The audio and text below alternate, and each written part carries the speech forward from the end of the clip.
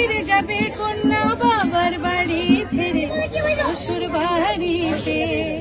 মায়ে কান্দে বাবাই কান্দে ঘরের মেয়ের লাগে না জানি কি করে পরের ঘরে। কেমন লেগা যাবে বাবার বাড়ি ছেড়ে শ্বশুর বাড়িতে। আজ যাবিরে যাবে কন্যা বাবার বাড়ি ছেড়ে শ্বশুর বাড়িতে।